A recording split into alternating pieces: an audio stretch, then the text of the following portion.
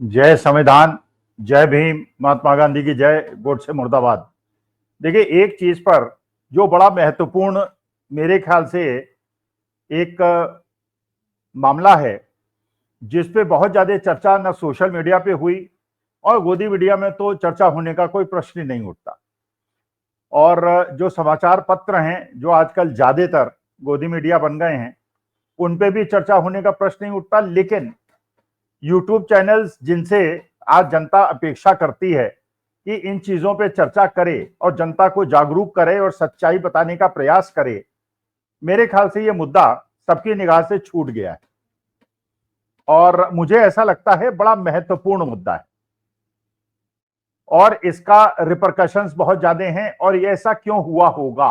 भाई देखिए, हम कोई विटनेस तो है नहीं चीजों के, हमें नहीं पता कि वास्तविकता में क्या हुआ होगा। लेकिन हम जो विश्लेषण करते हैं वो दो आधार पे करते हैं, या तो हमारे पास चीज का डॉक्यूमेंटल प्रूफ हो या हमारे पास सर्कमस्टेंशियल प्रूफ हो।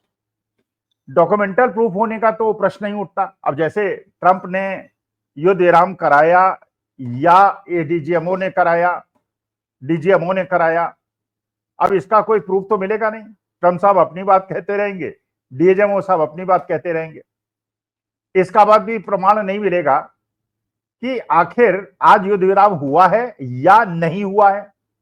क्योंकि डीजीएमओ कह रहे हैं युद्ध विराम हो गया है और भारतीय जनता पार्टी के लोग कह रहे हैं कि अभी तो ऑपरेशन सिंदूर जारी है।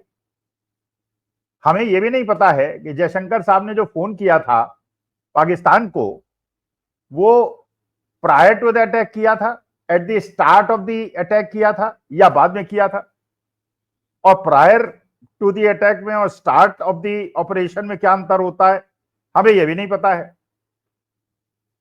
अगर युद्ध विराम किस चीज का हुआ, अगर युद्ध ही नहीं हुआ, it was only A operation, A limited operation, non escalatory operation, तो इसमें युद्ध विराम का कहां से प्रश्न उठता है? जो काम आपको करना था आपने कर दिया, तो इसमें विराम की क्या बात है? आपने टास्क को पूरा किया, एयरफोर्स ने टास्क को पूरा किया। लेकिन प्रश्नों के जवाब मिल नहीं रहे। प्रश्नों का यह भी जवाब नहीं मिल रहा कि पहलगांव के अंदर, पुलवामा के अंदर सुरक्षा में चूक क्यों हुई, नहीं जवाब मिल रहा। अब इसके कोई डॉक्यूमेंटल प्रूफ तो हमारे पास हो नहीं सकते, हम विश्लेषकों के पास हो नहीं सकते, क्योंकि जो सूत्र होंगे और जो डॉक्यूमेंटल प्रूफ्स होंगे वो सरकार के पास होंगे और सरकार में हमारी पहुंच है नहीं, तो हमको कैसे पता चले? तो हम तो जो भी विश्लेषण कर रहे हैं वो इस आधार पे कर रहे हैं, सर्कमस्टेंशियल एविडेंस क्या कहता है, सर्कमस्टेंसेस क्या कहते हैं कि क्या हुआ होगा, कल्पना।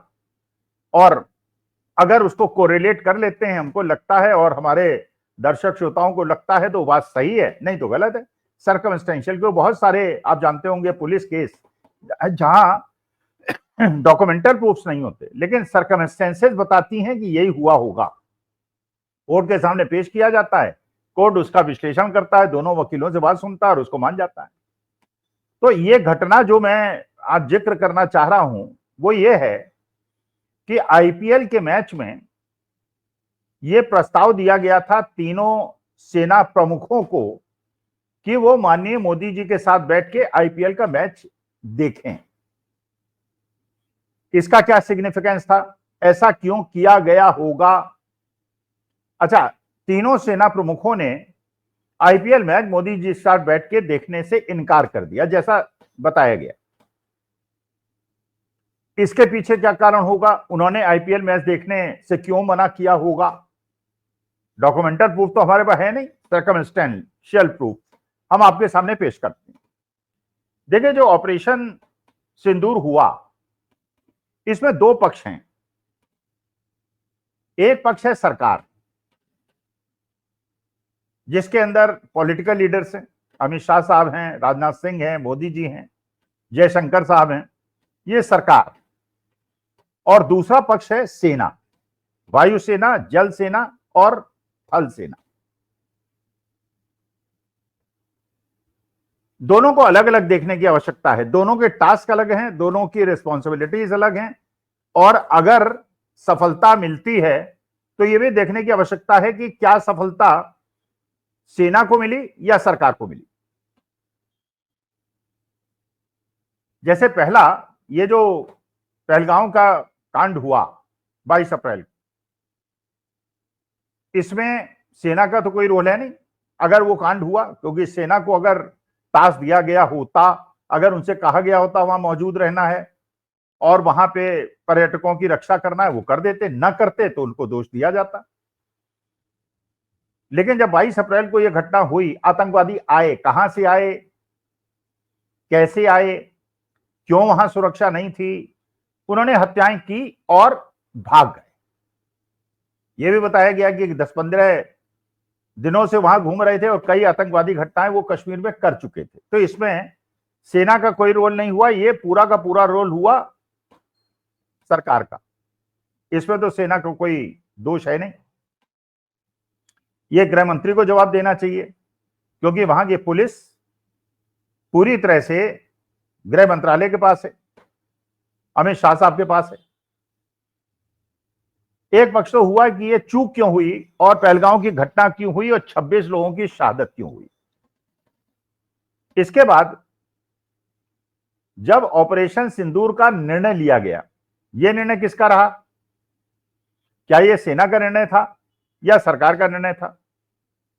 हालांकि मोदी जी ने कहा कि उन्होंने सेना को पूरी छूट दे रखी है, लेकिन हमारे देश की जो व्यवस्था है उस व्यवस्था के अनुसार सेना को छूट देने के बावजूद सेना के decide as to what should be the strategy, क्योंकि उसके बारे में राजनीतिज्ञों को नहीं पता है, वो फोर्सेस को पता है। जैसे आपको पता है, इंदिरा जी ने जब 1971 में जनरल मानेकशॉ से कहा था, तो उन्होंने कहा था कि आई नीड 6 मंथ्स, और इंदिरा जी ने माना था, क्योंकि strategy can be decided by General Manekshaw, not Indira ji, बाद में जो फील्ड मार्शल बने।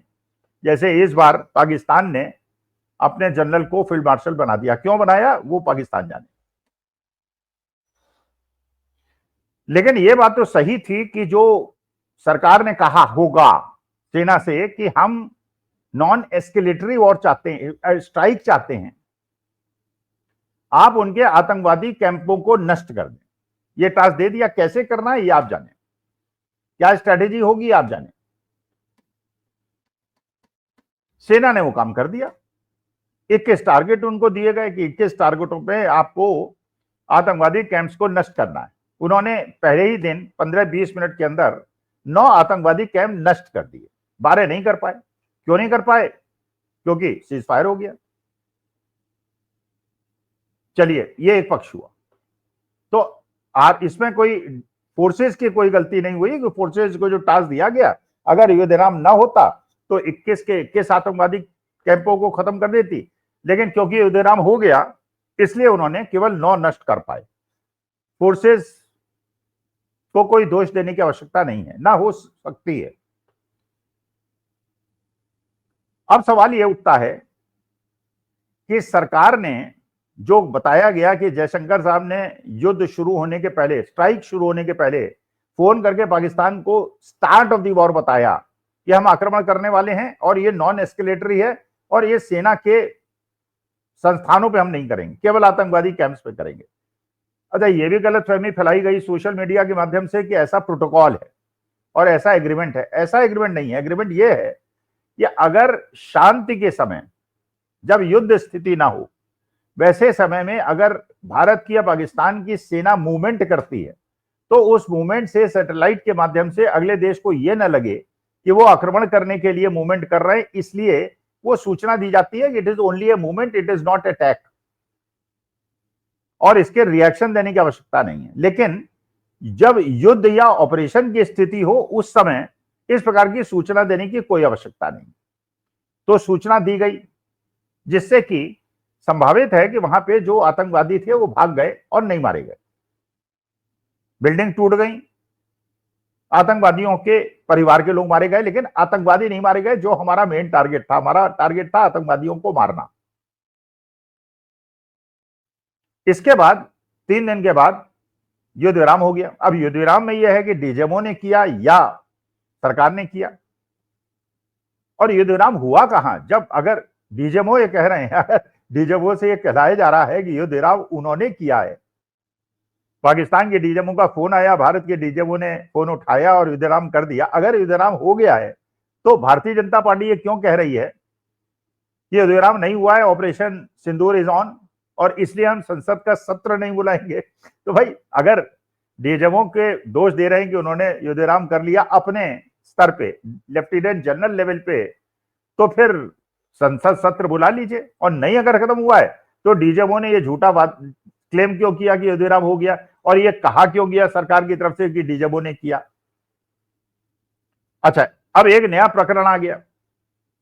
वो प्रकरण ये आ गया कि chief of defence staff mister Chauhan ने जो विदेश में जाके एक प्रेस के जवाब में ये कहा, initially we made certain mistakes but we rectified and then we hard.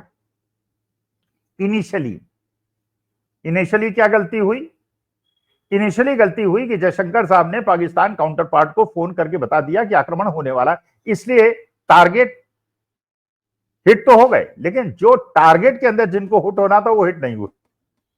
तो सीडीएस ने इनडायरेक्टली कह दिया कि इसके लिए जयशंकर साहब दोषी हैं, क्योंकि एयरफोर्स का तो बिल्कुल प्रेसिजन वाला स्ट्राइक था, जो उन्हें करना था उन्होंने कर दिया। अच्छा, इसके बाद जब 21 टारगेट दिए गए थे और 9 टारगेट हिट हो गए थे, तो अचानक युद्ध विराम बाहरी दबाव से हुआ, डीएमओ लेवल पे हुआ या नहीं हुआ, आज युद्ध विराम है या नहीं है, ये बात पता नहीं चल रही। अब इसके बाद ये देखा गया कि जब मोदी जी गुजरात गए तो उन्होंने वहां के डिस्ट्रिक्ट कलेक्टर ने सोफिया कुरैशी, कर्नल सोफिया कुरैशी के परिवार वालों को फोन किया कि आपको आके मोदी जी के ऊपर उनके रोड शो में फूल फेंकने हैं।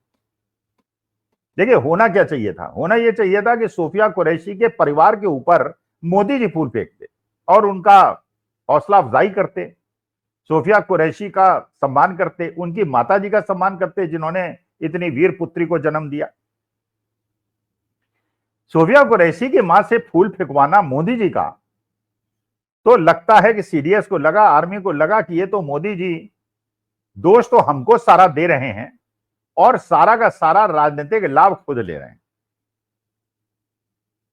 जहां भी उनको लगता है मोदी जी को राजनीतिक रूप से कमजोर हो रहे हैं तो वो सेना के पीछे छिप जाते हैं, ऐसा विश्लेषण कहता है। तो इसी क्रम में मेरे ख्याल से भारतीय जनता पार्टी और सरकार ने तीनों डिफेंस के स्टाफ के चीफ्स, एयरफोर्स, आर्मी और नेवी से कहा कि मोदी जी आईपीएल देखने जाएंगे, आपको भी चलना है और साथ बैठ के देखेंगे। मैंने एक जनता को मैसेज देना था, there is no difference between defence forces and mister Modi, और mister Modi is the leader and he should be given all credit. Defence forces के लोगों ने, चीफ्स ने ये बात समझ ली शायद। उन्होंने कहा नहीं, हमारा काम जो है वो देश को सुरक्षित रखना है, देश के लिए लड़ना है और शत्रुओं को हराना है, और वो काम हमने कर दिया। ये आईपीएल देखना हमारा काम नहीं है। और ऐसे समय में आईपीएल देखना, जबकि 1.5 महीने पहले 26 लोगों की शहादत हुई है और पुंछ एरिया में भी शहादत हुई है और बिल्डिंग टूटी है, लोग मरे हैं, ऐसे समय में IPL should not be a showpiece. ये कोई रिजॉयस करने का समय नहीं है, आनंद मचाने का समय नहीं है। और अगर ऑपरेशन सिंदूर अभी स्टिल ऑन है तो हम लोगों को तो अपने देश के रक्षा के प्रति सतर्क होकर यह सोचना होगा कि पाकिस्तान के आतंकवादी कैंप्स को कैसे खत्म किया जाए। उसके बजाय आईपीएल मैच हो रहा है, कहीं फूल वर्षा हो रही है, कहीं पदयात्रा हो रही है, कहीं जो जिन लोगों का सम्मान होना चाहिए उनसे कहा जा रहा है कि वो सम्मान करें। तो मुझे ऐसा लगता है कि इसीलिए सेना प्रमुखों ने इस जाल में फंसने के बजाय आईपीएल मैच को मोदी जी के साथ बैठने से देखने से इनकार कर दिया, और मेरे ख्याल से बहुत अच्छा कदम है। तो सेना का जहां तक प्रश्न है, सेना को जो टास्क दिया गया था वो परफेक्टली दे डिड इट, जो उनसे कहा गया किया गया। सरकार से जो एक्सपेक्टेड था वो सरकार ने नहीं किया। पहले सुरक्षा नहीं दी पहलगांव के अंदर, उसके बाद जयशंकर साहब ने पाकिस्तान काउंटर पार्ट को फोन कर दिया, 3 दिन के बाद अचानक युद्ध विराम कर दिया, जो 12 और कैंप्स को तोड़ना था वो नहीं किया। अच्छा, उसके बाद जो ये डेलीगेशन भेजा गया, वो शशि थरूर साहब की फोटो आ रही है, बाकी डेलीगेशन के लोगों की फोटो आ रही है, वहां जाके गाना गा रहे हैं, वहां जाके स्कॉच की गिलास लेके बैठे हुए हैं, शराब पी रहे हैं। तो इतने गंभीर समय में, जबकि हमारे टैक्स से पैसे से गए हुए डेलीगेशन के लोगों को गंभीरता ओढ़नी चाहिए थी, और देश की सुरक्षा की बात और पाकिस्तान के आतंकवादी चेहरे को दिखाने का मामला था, वहां गाना गाया जा रहा है, वहां स्कॉच पी जा रही है। तो ये बात समझ में नहीं आ रही है कि ये सरकार की तरफ से तो कमियां ही कमियां दिखाई पड़ रही हैं, और सेना की तरफ से जो प्रणाम उनको किया जा सके, जो सैल्यूट किया जा सके। So we will have to differentiate between forces and the government. Forces ने जो किया अद्वितीय है, हमेशा उन्होंने किया है, 77 साल किया है, लेकिन जो सरकार को करना चाहिए था, सरकार उसमें पूरी तरह से विफल रही है, सुरक्षा देने में विफल रही है, पाकिस्तान को अनअवेयर हिट करने में असफल रही है, युद्ध विराम में असफल रही है, और जो डोनाल्ड ट्रंप बार बार ये कह रहे हैं कि उन्होंने युद्ध विराम करा है, उसका विरोध न करके, और ये विरोध केवल माननीय मोदी जी से कर सकते हैं क्योंकि वो देश के प्रधानमंत्री हैं, लेकिन कंफ्यूजन पूरी तरह से सरकार की तरफ से है, और संसद का सत्र न बुलाया जाना, संसद के सत्र में जो बातें पूछी जाएंगी, सुरक्षा क्यों नहीं दी गई पहलगांव के अंदर, और इसका जवाब गृह मंत्री को देना होगा। जयशंकर साहब ने फोन क्यों किया, इसका जवाब देना होगा। युद्ध विराम क्यों किया, इसका जवाब देना होगा। इसके बाद टेक्निकल डिटेल्स कोई विपक्ष वाला वहां नहीं पूछेगा, और ना पूछना चाहिए, लेकिन यह जानने का अधिकार तो है कि पहलगांव के अंदर सुरक्षा क्यों नहीं दी गई, और 21 ठिकानों में से केवल 9 ठिकाने क्यों खत्म किए गए, और जयशंकर साहब के फोन की वजह से जो आतंकवादी भाग गए और बाकी लोग मारे गए, वो हमारा मकसद नहीं था। और युद्ध विराम किसने किया, कैसे हुआ, किन शर्तों पे हुआ, क्या क्या एग्रीमेंट के टर्म्स हैं, ये देश जानना चाहेगा। तो जब नेहरू जी कर सकते हैं, अटल बिहारी वाजपेयी कर सकते हैं, लाल बहादुर शास्त्री कर सकते हैं, तो मोदी जी क्यों नहीं कर सकते। नमस्कार, धन्यवाद, प्रणाम।